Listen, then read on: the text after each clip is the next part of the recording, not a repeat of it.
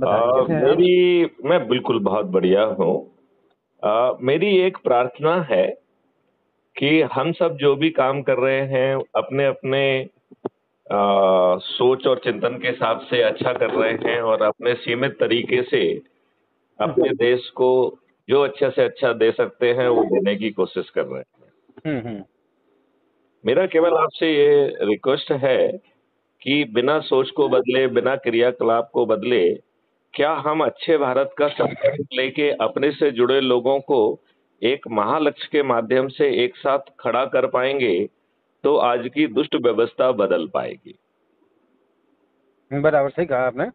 अभी हम भी यही प्रयास कर रहे हैं। जैसे कि आज देखिए हमें लगभग 10 से 12 रोज़ हो गए हैं और इन 10-12 रोज़ में हम कम से कम 4 से 5 राज्यों में हम प्रवास कर चुके हैं और अभी पश्चिम बंगाल से निकलकर असम के अंदर एंट्री कर रहे हैं। लगभग 40 किलोमीटर और बाकी रह गया है हमारा। बहुत सुंदर।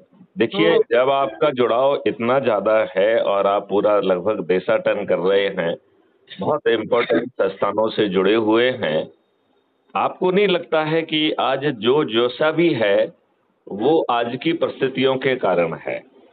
मतलब मेरा तो यहाँ तक कहना है कि जो दुष्ट है, अपराधी है, वो भी आज की परिस्थितियों के कारण उसे ऐसा बनना पड़ा है। हुँ, और हम अच्छे और बुरे को खोजना बंद करें, क्योंकि एब्सोल्यूट टर्म में कोई अच्छा-बुरा है ही नहीं। और जो दिखने में बहुत अच्छा दिख रहा है, वो अंदर से बहुत बड़ा दुष्ट हो सकता है।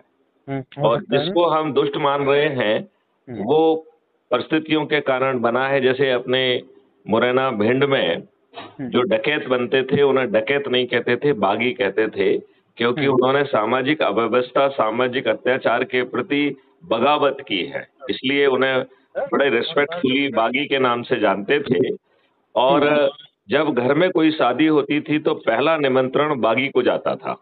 हुँ, उसको इतना सम्मान था और वो बागी यदि खुद नहीं भी आ पाता था, तो एक भाई का जो है वो रिश्ता निभाता था और अपने बहन के यहाँ पर जो कुछ भी उसकी सामर्थ्य के हिसाब से होता था, वो सब सामग्री भी भिजवाता था।